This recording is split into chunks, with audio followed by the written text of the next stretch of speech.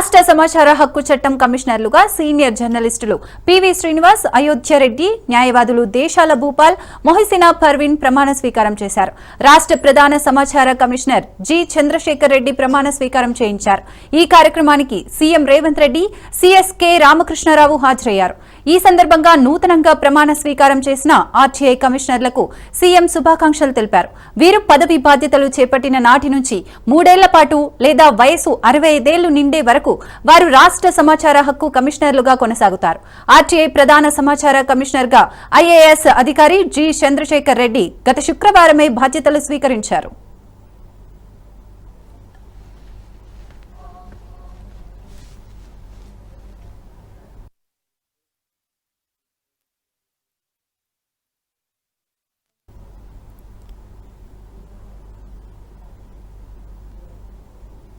రాష్ట్ర గవర్నర్ జిష్ణుదేవ్ వర్మను మంత్రి పొంగులేటి శ్రీనివాసరెడ్డి మర్యాదపూర్వకంగా కలిశారు. ఈ భేటీలో ఖమ్మం ఎంపీ రాయ సహాయం రఘురామరెడ్డి కూడా పాల్గొన్నారు. రాష్ట్ర ప్రభుత్వం ప్రతిష్టాత్మకంగా తీసుకొచ్చిన భూభారతి చట్టం అమలు, ఇందిరమ్మ ఇండ్ల పథకం గురించి గవర్నర్ కి మంత్రి పొంగులేటి వివరించారు. ఇందిరమ్మ ఇండ్లకు సంబంధించి ఈ ఏడాది ప్రతి నియోజకవర్గానికి 3500 చొప్పున రాష్ట్ర వ్యాప్తంగా 4.50 లక్షల ఇండ్లను మంజూరు చేస్తామని చెప్పారు.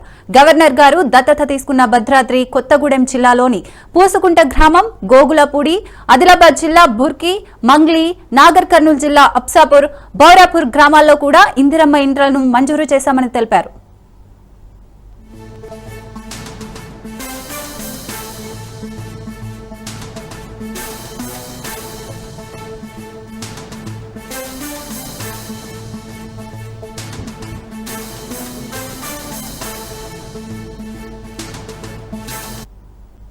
మిస్ వరల్డ్ పోటీ సందర్భంగా 109 దేశాల నుంచి హైదరాబాద్ కు వచ్చిన సుందరీమణులను చార్మినార్, లాడ్ బజార్, ఫలక్నామా ప్యాలెస్ లకు తీసుకెళ్లింది రాష్ట్ర ప్రభుత్వం. అయితే అదే చార్మినార్ ప్రాంగణంలో ఉన్న భాగ్యలక్ష్మి దేవాలయాన్ని మాత్రం చూపించకపోవడం విడ్డూరంగా ఉందని బీజేపీ ఎస్సీ మోర్చా జాతీయ కార్యదర్శి ఎస్ కుమార్ అన్నారు. ఓవైసీ మజ్లిస్ పార్టీకి భయపడే ముఖ్యమంత్రి ఈ ధైర్యం చేయలేకపోయారని మండిపడ్డారు. రేవంత్ రెడ్డికి హిందూ సంస్కృతి, ఆలయాల పట్ల ఉన్న చులకన భావం మరోసారి స్పష్టమైందన్నారు. 109 దేశాల నుండి వచ్చినటువంటి సుందరిమణులు హైదరాబాద్లోని చార్మినార్, లాడ్ బజార్, ఫలక్నామా వీటన్నిటిని నిజాం పరిపాలన గురించి, నిజాం కట్టలను గొప్పగా చెప్పుకుంటూ ఆయా దేశాల నుంచి రిప్రజెంటేటివ్ గా వచ్చిన వాళ్ళందరికీ కూడా తెలంగాణ చరిత్రను చెప్పడానికి వీళ్ళు ప్రయత్నం చేస్తున్నారు. కానీ ప్రపంచవ్యాప్తంగా అదే చార్మినార్ దగ్గర ఉన్నటువంటి భాగ్యలక్ష్మి అమ్మవారిని వీళ్ళకు చూపించకపోవడం యొక్క వీళ్ళ యొక్క నిర్లక్ష్యం, వాళ్ళ యొక్క ఆలోచన విధానం మరోసారి తెలంగాణ ప్రజలకు, యావత్ దేశానికి కూడా అర్థమైపోయింది. వాళ్ళ సహచర మిత్రుడు ఎంఐఎం నేత మజ్లిస్ పార్టీకి భయపడి ఓవైసీకి ప్రేమ అందించడం కోసం చేసిన కుట్రగానే మేము భావిస్తున్నాం. ఒకవేళ అదే కరెక్ట్ కాకపోతే తప్పకుండా అందరికి కూడా చార్మినార్లో ఉన్నటువంటి అమ్మవారు వెలిసినటువంటి ఆ అమ్మవారిని దర్శనం చేసేవారని చెప్పని భారతీయ జనతా పార్టీగా ఆరోపిస్తున్నాం. మరోవైపు అమ్మవారి ప్రపంచవ్యాప్తంగా కూడా ప్రచారం వస్తుందనే ఒక కుట్రపూరితమైన దురాలోచనతోటే ఈ వ్యవహారం చేశారని చెప్పి కూడా చేస్తున్నది. హిందూ దేవాలయాలన్నా కూడా, హిందువులన్నా కూడా కాంగ్రెస్ పార్టీకి చులకన భావం ఎంత ఉందో నిన్నటి ఘటనతోటి అర్థమైంది. ఒక వర్గం ఓట్ల కోసం మరి అత్యధికమైన 80% ఉందన్నటువంటి హిందూ వర్గాలను కూడా మనోభావాలను దెబ్బతీసే ప్రయత్నము కాంగ్రెస్ పార్టీ ప్రభుత్వం చేసిందని చెప్పని ఈ సందర్భంగా చేస్తూ, ఇదంతా కారణం ఏంటంటే రాబోయే ఎన్నికల్లో, స్థానిక సంస్థ ఎన్నికల్లో లబ్ధి పొందడం కోసం చేసిన కుట్రగా ఆలోచనను స్పష్టం చేసినట్టుగా మాకు స్పష్టమవుతున్నది. 109 దేశాల నుండి వచ్చినటువంటి హైదరాబాద్ అంటే కేవలం దమ్ బిర్యానీ, ఇరానీ ఛాయ్ మాత్రమే కాదు, ప్రపంచ సుందరిమణులకు, ప్రపంచ పారిశ్రామికవేత్తలకు ఆహా అనిలా ఆతిథ్యాన్నిస్తోంది. 4 రోజులు గడిపితే చాలు మేం హైదరాబాదీలమని మాట మార్చేలా చేస్తోంది. ఆ మహత్తు కేవలం హైదరాబాద్కే సొంతం. ఇక ఇప్పుడు ప్రపంచ దేశాల అందభామలకు హైదరాబాద్ దాని అందాలను చూపిస్తోంది. అయితే ప్రపంచ దేశాల భామలకు ఆతిథ్యాన్ని ఇవ్వడమే కాదు, అదే మిస్ వరల్డ్ కంటెస్టెంట్లతో పోటీ పడేందుకు హైదరాబాద్ కూడా మంత్రముగ్ధుల్ని పరిచయం చేసింది. మన హైదరాబాద్ నుంచి 3 మిస్ యూనివర్స్, మిస్ వరల్డ్ విజేతలున్నారు. వారి విజయాలు హైదరాబాద్ లో ఫ్యాషన్ పరిశ్రమ విస్తరణకు దోహదం చేసింది. ఆ తర్వాతే ఫ్యాషన్ ఇన్స్టిట్యూట్లు పెద్ద ఎత్తున వెలిశాయి. ఫ్యాషన్ టూర్ల రాకతో ప్రారంభమైంది.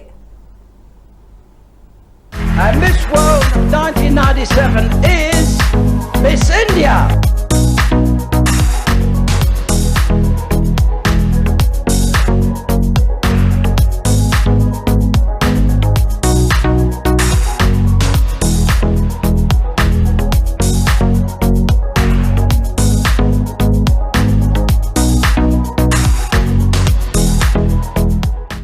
ఆంగ్లో ఇండియన్ డయానా హెడెన్ కి ఉన్న క్రేజ్ అంతా ఇంత కాదు. పేరు చెప్పగానే గుర్తుపట్టేస్తారు. 1997లో మిస్ వరల్డ్ టైటిల్ గెలిచి అందరి చూపు తన వైపు తిప్పుకుంది. ఇప్పటికీ కొన్ని రికార్డులు ఆమె పేరుపై అలాగే ఉన్నాయి. ఆ సంవత్సరం జరిగిన పోటీల్లో డయానా మిస్ వరల్డ్ టైటిల్ తో పాటు miss world Asia and Oceania, miss photogenic, spectacular swimmer subtitles గెలుచుకున్నారు. ఆ తర్వాత ఎన్నో పోటీలు జరిగినా ఒకేసారి ఇన్ని టైటిల్స్ ఎవ్వరూ గెలుచుకోలేదు.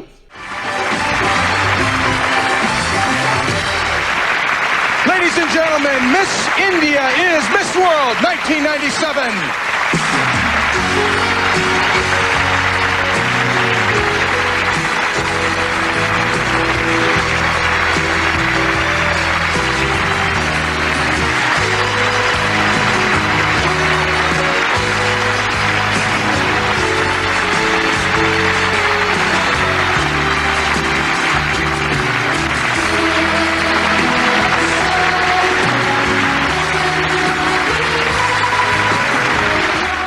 డయానా సికింద్రాబాద్ లోని సెయింట్ ఆన్స్ హై స్కూల్లో చదువుకుంది. 13 ఏళ్లకే ఈవెంట్ మేనేజ్మెంట్ సంస్థలో పనిచేయడం ప్రారంభించారు. అప్పుడే మోడలింగ్ లోనూ అడుగుపెట్టింది. 23 ఏళ్ల వయసులో ఫెమినా మిస్ ఇండియా 1997లో 2వ స్థానంలో నిలిచింది. మిస్ ఇండియా వరల్డ్ టైటిల్ గెలుచుకుంది. 86 మందిని వెనక్కి నెట్టి టైటిల్ దక్కించుకుంది. మిస్ వరల్డ్ 2005కి న్యాయ నిర్ణేతగా వ్యవహరించింది. And Miss World 1997 is Miss India.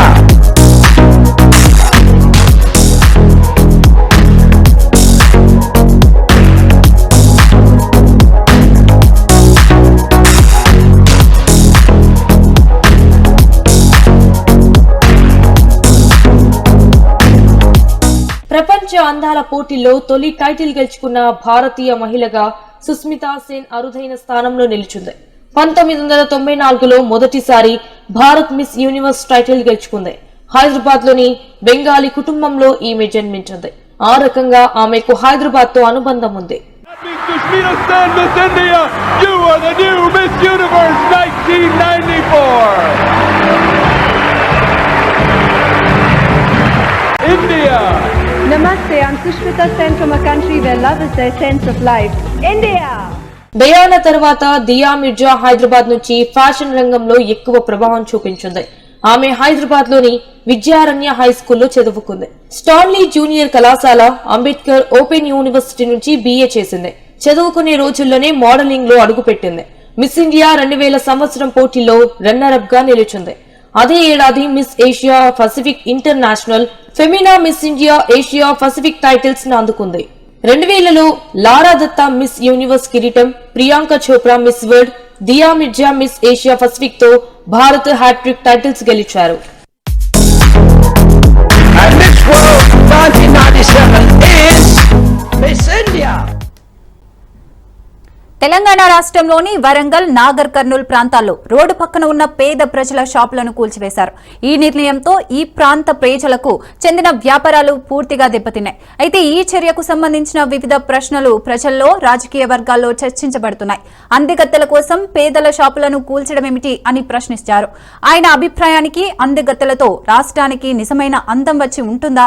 వద్దంటే అందమైన పాలన వల్ల రాష్ట్రానికి అందమైన పురోగతి, అభివృద్ధి వస్తుందని పేర్కొన్నారు. రేవంత్ రెడ్డి గారి ప్రజాపాలన ఒక పనికిరాని పాలనలాగా, పిచ్చోన్ చేతుల రాయిలాగా తయారై అందగత్తలు వస్తున్నారు కాబట్టి ఎటు చూసినా అందంగా కనబడాలని చెప్పి రోడ్డు పక్కనటువంటి అభాగ్యులను ఆగం చేసి వాళ్ళను ఏడిపించుకోవడం నిజంగా ఒక పిచ్చి తుగ్లక్ చర్యలా కనబడతాం. వరంగల్లో రోడ్డు పక్కనటువంటి షాపులను కూల్చివేసడం మనం టీవీలో చూసాం. నాగర్ కర్నూల్లో కూడా ఇదే రకంగా షాపులను కూల్చివేయడం కూడా మనం చూసాం. రాష్ట్రంలో ఏదో ఒక మూలన ఏదో ఒక కూల్చివేత చేపట్టండి ఈ ప్రభుత్వానికి నిద్రపట్టేటువంటి ఒక పరిస్థితి లేదు. మనుషులను ఖాళీ చేయించి మట్టి గోడలను చూపిస్తే అందం వస్తుందా? అందవేత్తలను తీసుకొచ్చి నగరం అంతా తిప్పితే అది అందం వస్తుందా? ఒకసారి ఆలోచించాల్సిందే ఈ సందర్భంగా నేను కోరుతా ఉన్నాము. ఓరుగల్లు ఒక ప్రపంచ వారసత్వ నగరం అని, అడుగడుగున ఆలయాలు, గొలుసుకట్టు చెరువులు, అటవీ సంపద, పర్యాటక ప్రదేశాలు, భిన్న సంస్కృతులు, అద్భుతమైనటువంటి కళా సంపద, శిల్ప సంపద, అడుగడుగున అందాలే. అక్కడి ప్రజలు కన్నీళ్లు పెట్టినప్పుడే అది నిజమైనటువంటి అందమైతే తప్ప ఏదో అందాల పోటీ పేరు పెట్టి అక్కడ ఉన్నటువంటి పేద ప్రజల యొక్క జీవితాలను నాశనం చేసేటువంటి ఒక ప్రయత్నం ఎప్పుడు కూడా అది అందం అనిపించుకోదని చెప్పి రేవంత్ రెడ్డి గారి ప్రభుత్వ వ్యవహారం ఎట్లున్నదంటే అందంగా కనబడడానికి కనుబొమ్మలు గీకించుకున్నట్టున్నది. ఒకవైపు అప్పు పుడతలేదంటాం, ఇంకోవైపు అందాల పోటీల కోసం 200 కోట్లు ఖర్చు పెడతారు. ఈ రాష్ట్రంలో రైతు బంధుకు డబ్బులుండవు, రైతు బీమా ప్రీమియంకి డబ్బులుండవు, ఆ రకంగా దేనికి డబ్బులుండవు. కానీ అందాల పోటీలకు మాత్రం డబ్బులు ఉంటాయి. ఎందుకు అందాల పోటీ పెడితే మా ప్రభుత్వానికి కొంచెం అందం వస్తుంది కావచ్చు. ఫార్ములా ఈ రేసు వల్ల ఈ రాష్ట్రంలో 700 కోట్ల రూపాయల బిజినెస్ అయిన రాష్ట్రానికి లాభం జరిగిందని ఘంటాపదంగా చెప్పినా కూడా మీరు కేటీఆర్ గారి మీద, బీఆర్ఎస్ పార్టీ మీద, బీఆర్ఎస్ ప్రభుత్వం మీద గురువు వెళ్ళి దాన్ని జూన్ 1న అమెరికాలోని డల్లాస్ లో జరిగే బీఆర్ఎస్ రజతోత్సవ సభ వేడుకల పోస్టర్ను తెలంగాణ భవన్లో మాజీ మంత్రి తలసాని శ్రీనివాస్ యాదవ్ ఆవిష్కరించారు. ప్రపంచవ్యాప్తంగా తెలంగాణ బిడ్డలు తెలంగాణ ఆవిర్భావ వేడుకలు నిర్వహిస్తున్నారని తలసాని అన్నారు. బీఆర్ఎస్ హయాంలోనే హైదరాబాద్ నగరం అభివృద్ధి చెందిందన్నారు. ఎల్కతుర్తి బహిరంగ సభ కని విని ఎరుగని రీతిలో జరిగిందన్నారు. ఎన్ఆర్ఐలుగా ఉండి ప్రపంచవ్యాప్తంగా బీఆర్ఎస్ సిల్వర్ జూబ్లీ ఉత్సవాలు చేయడం మంచి పరిణామమన్నారు.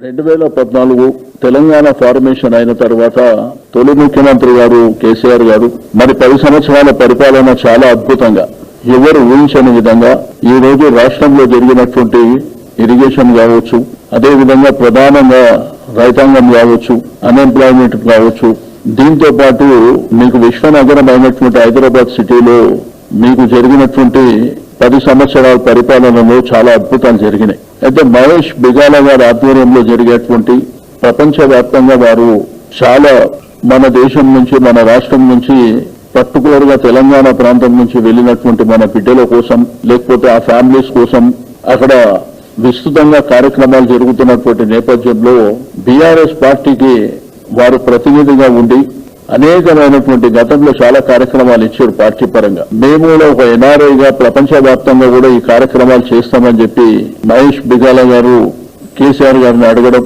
వారు ఒప్పుకొని చేయండి బ్రహ్మాండంగా మంచిగా ఉంటుంది అనేటువంటి సందేశం వారు ఇచ్చినప్పుడు వీరు వెంటనే డల్లాస్ లో ఉన్నటువంటి మన తెలంగాణ బిడ్డలు, అదేవిధంగా తెలుగు బిడ్డలు కావచ్చు, మరి అక్కడ మహేష్ తన్నీర్ గారితో మాట్లాడిన తర్వాత డల్లాస్ లో జరిగితే బాగుంటుంది, మరి మా యొక్క కార్యనిర్వాహక అధ్యక్షుడైనటువంటి యంగ్ అండ్ డైనమిక్ కేటీఆర్ గారు వారు కూడా వారి యొక్క చదువు, వారి యొక్క ఉద్యోగాలు అమెరికాలోనే చేశారు కాబట్టి మరి వారు చేసినటువంటి అద్భుతాలను బేస్ చేసుకొని వారిని చీఫ్ గెస్ట్ గా పిలిస్తే బాగుంటుందని మీరు వీళ్ళు అడగడం, వారు కూడా వస్తానని చెప్పడం, రెండు ఉన్నాయి అక్కడ.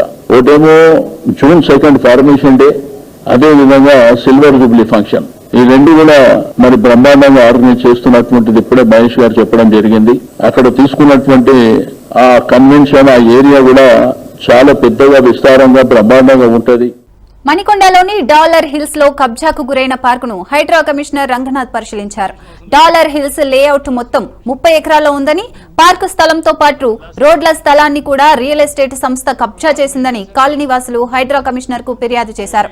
3 ఏళ్లుగా హుడా కమిషనర్ కు మణికొండ మున్సిపల్ కార్యాలయ అధికారులకు ఫిర్యాదులు చేసినా పట్టించుకోలేదని వాపోయారు. ఫిర్యాదు ఇచ్చిన 15 రోజులకే హైడ్రా స్పందించడం పట్ల కాలనీవాసులు హర్షం వ్యక్తం చేశారు.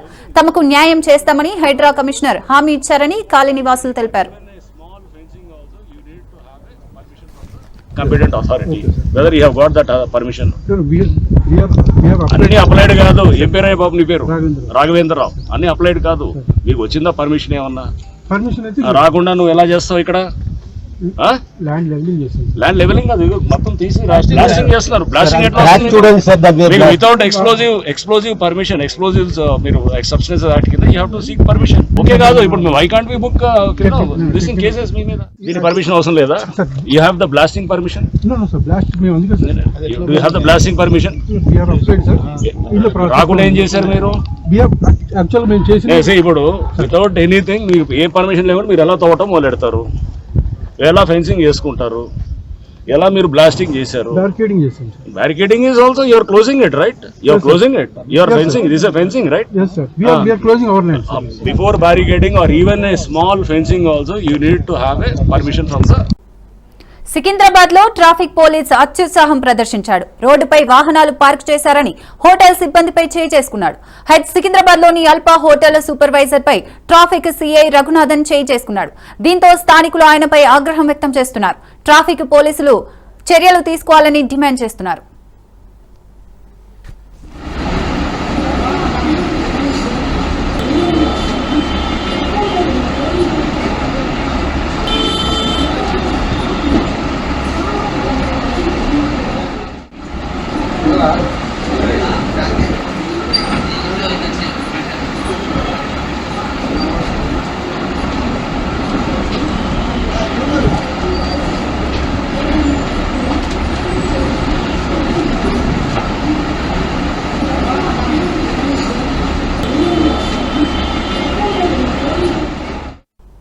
జస్టిస్ ఎంజీ ప్రియదర్శిని మనతో లేరనే నిజాన్ని జీర్ణించుకోలేకపోతున్నానని బీసీ దళ అధ్యక్షుడు దుండ్ర కుమారస్వామి అన్నారు. హైదరాబాద్ లోని వసంత సిటీలో ఏర్పాటు చేసిన ప్రియదర్శిని పెద్ద కర్మ కార్యక్రమానికి ఆయన హాజరయ్యారు. ప్రియదర్శిని చిత్రపటానికి పూలమాల వేసి నివాళులర్పించారు. జస్టిస్ ప్రియదర్శిని తీర్పులలో లోతైన విశ్లేషణతో నీతి నిజాయితీతో న్యాయాన్ని అందించారన్నారు. పేదలకు, అణగారిన వర్గాలకు న్యాయం చేసేందుకు ఆమె చేసిన కృషి వెలకట్టలేనిదన్నారు. ఆమె సిద్ధాంతాలు, ఆశయాలు సమాజంలోని అట్టడుగు వర్గాలకు న్యాయం అందించే దిశగా సాగాయన్నారు. అలాంటి మహోన్నత వ్యక్తి మన మధ్య లేకపోవడం బాధాకరమన్నారు. జస్టిస్ ఎంజీ ప్రియదర్శిని గారి అకాల మరణం మనందరికీ తెలిసిందే. ఈరోజు పెద్ద కర్మ ఏర్పాటు చేయడం జరిగింది. ఈ సందర్భంగా ఆమె గురించి 2 వాక్యాలు మాట్లాడాల్సిన సందర్భం వచ్చిందని తెలియజేస్తా ఉన్నాను. ఈరోజు ముఖ్యంగా తన తీర్పులు ఒకసారి చూసుకున్నట్లయితే లోతైన విశ్లేషణ చేసి తీర్పులు ఇచ్చే ఒక బలమైన జస్టిస్ గారని తెలియజేస్తున్నాను. అంతేకాకుండా న్యాయం అందరికీ దక్కాలని ఒక బలమైన సంకల్ప బలంతో తను నిర్ణయాలు తీసుకునేది. మరియు అంతేకాకుండా అణగారిన వర్గాలకు, పేదలకు, వారికి అందరికీ సమానమైన న్యాయం దొరకాలని తను చేసిన సేవ వెలకట్టలేదని, న్యాయ వ్యవస్థలో తను చేసిన సేవ భవిష్యత్తు తరాలకు ప్రేరణ, ఓ స్ఫూర్తి అని తెలియజేస్తాం. భాగ్యనగరంలో రోడ్డెక్కాలంటే ఖచ్చితంగా సొంత బండి కావాల్సిందే. కాదు ప్రభుత్వ వాహనాల్లో వెళ్లాలంటే మాత్రం అనుకున్న సమయానికి గమ్యం చేరుకోలేం. ఇది గతంలో. కానీ ఇప్పుడు పరిస్థితులు మారాయి. మెట్రో రైళ్లు ప్రజలకు, ప్రయాణికులకు, ఉద్యోగస్తులకు, వ్యాపారస్తులకు ఆశ నిలబెడుతోంది. ఆపత్కాలంలో నేనున్నా అంటూ చేయినందిస్తుంది. ఒక సమయం ప్రకారం గమ్యానికి చేరుస్తుంది. ఖచ్చితంగా మెట్రోకు సెల్యూట్ కొట్టాల్సిందే. ఇప్పుడు హైదరాబాద్ లో మెట్రో మరింత వేగంగా విస్తరించనుంది.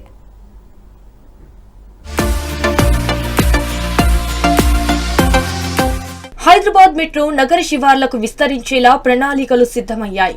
మెట్రో రైల్ ప్రాజెక్టులో 2వ దశలో చేపట్టే మలివిడత కారిడార్ను ఖరారు చేశారు. 19,000 కోట్ల అంచనాలతో ఈ కారిడార్ల నిర్మాణం చేపడుతున్నారు. మెట్రో 2వ దశ చివరి విడత ప్రాజెక్టులో భాగంగా 3 రూట్లలో 86.5 కిలోమీటర్ దూరంలో ప్రతిపాదనలు సిద్ధం చేశారు. వీటిలో 1 జేబీఎస్ నుంచి మేడ్చల్, 2 జేబీఎస్ నుంచి Shamirpet, 3 Shamshabad airport, future city మార్గాలు ఉంటాయి.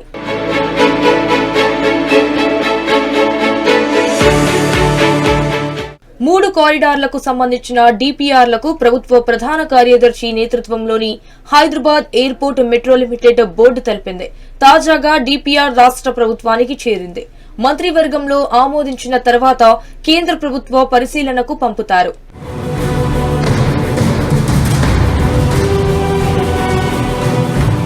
హైదరాబాద్ మెట్రో ప్రాజెక్టు మలిదశ నిర్మాణంలో ఎక్కడా డబుల్ డెక్ రూట్లను ప్రతిపాదించలేదు. గతంలో జేబీఎస్ నుంచి షామీర్పేట, జేబీఎస్ నుంచి మేడ్చల్ మార్గాల్లో డబుల్ డెక్ విధానంలో మెట్రో పిల్లర్లు వేయాలని భావించారు. ఈ విధానంలో ఒక అంతస్తుల్లో రహదారి, 2 అంతస్తుల్లో మెట్రో నిర్మించాలని భావించిన స్టేషన్లు బాగా ఎత్తులో నిర్మించాల్సి రావడంతో హెచ్ఏఎంఎల్ దానికి అంగీకరించలేదు.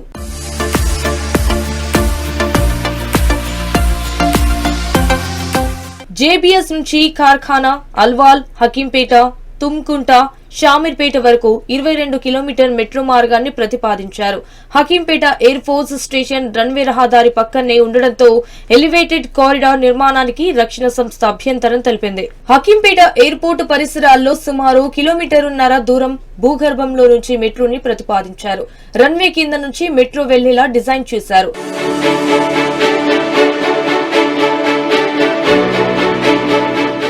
జేబీఎస్ నుంచి తాడ్బండ్, బోయన్పల్లి, సుచిత్ర, కొంపల్లి మీదుగా మేడ్చల్ వెళ్లేందుకు 24.5 కిలోమీటర్ మేర మెట్రోని ప్రతిపాదించారు. ఇక ఎయిర్పోర్ట్ అథారిటీ ఆంక్షలతో ఈ మార్గంతో పాటు షామీర్పేట వైపు మెట్రో ట్రాక్లు కూడా జేబీఎస్ నుంచి ప్రస్తుతం ఉన్న కారిడార్ కున్న తక్కువ ఎత్తులో నిర్మిస్తారు. మెట్రో తాజా కారిడార్లలో నిర్మించే 3 మార్గాలకు కూడలిగా జేబీఎస్ ను అభివృద్ధి చేసేలా అలైన్మెంట్ ఖరారు చేశారు.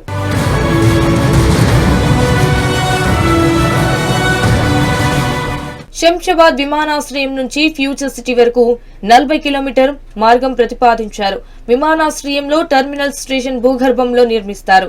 ఇక మెట్రో ప్రాజెక్టు 2వ దశలో పార్ట్ బిను కేంద్ర, రాష్ట్ర ప్రభుత్వాలు సంయుక్త భాగస్వామ్య ప్రాజెక్టుగా చేపట్టేలా డిపిఆర్ రూపకల్పన చేశారు.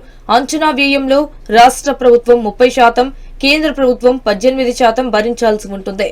48% బ్యాంకుల నుంచి రుణాల ద్వారా సమీకరిస్తారు. మిగిలిన 4% పబ్లిక్ ప్రైవేట్ పార్ట్నర్షిప్ లో సమకూర్చుకోవాలని డిపిఆర్ లో పేర్కొన్నారు. విద్యుత్ కార్మికుల న్యాయమైన సమస్యలను పరిష్కరించాలని Telangana state united electricity employees union అధ్యక్షుడు కె ఈశ్వరరావు డిమాండ్ చేశారు. AS southern division Lakshminagar colony విద్యుత్ సబ్ స్టేషన్ వద్ద నిర్వహించిన సమావేశానికి ముఖ్య అతిథిగా హాజరయ్యారు. అర్హతలను బట్టి JLM, junior assistants, sub engineers, ఓఎస్లుగా పర్మినెంట్ చేయాలన్నారు. అన్ఎంబెడ్ కార్మికులకు ఆర్డినెన్స్ గుర్తించాలని కోరారు. ప్రయత్నం చేస్తా ఉంది. దానికి వ్యతిరేకంగా కేంద్ర కార్మిక సంఘాలు, రాష్ట్రంలో ఉన్నటువంటి కార్మిక సంఘాలు, ఇంక్లూడింగ్ విద్యుత్ రంగంలో ఉన్నటువంటి కార్మిక సంఘాలు అన్ని కూడా ఈ మే 20వ తారీఖున దేశవ్యాప్తంగా సమ్మెకు పిలుపునిచ్చినాయి. ఆ సమ్మెలో కూడా విద్యుత్ ఉద్యోగులు, తెలంగాణలో ఉన్నటువంటి విద్యుత్ ఉద్యోగులు అందరూ కూడా పాల్గొంటా ఉన్నాము. కానీ ఈ 20,000 మందిని కన్వర్షన్ చేయడం వలన ప్రభుత్వం మీద ₹1 కూడా ఆర్థిక భారం పడదు. ఆర్థిక భారం పడినటువంటి కన్వర్షన్ చేయడానికి ప్రభుత్వానికి ఏమిటి ఇబ్బంది అని చెప్పేసి మేము ప్రశ్నిస్తా ఉన్నాము. రాబోయే రోజుల్లో ఈ కన్వర్షన్ కాకపోతే గనక రాబోయే రోజుల్లో టీవీఏసీ, జేఏసీ ఆధ్వర్యంలో సమ్మె నోటీస్ ఇస్తాము, సమ్మె కూడా చేస్తాము. ఆ రకంగా ఆర్టిజన్స్ యొక్క కన్వర్షన్ సాధించుకుని తీరుతాము. ఈ లోపల ప్రభుత్వం గాని, యాజమాన్యం గాని నోటిఫికేషన్ ఇచ్చి రిక్రూట్మెంట్ చేయాలి.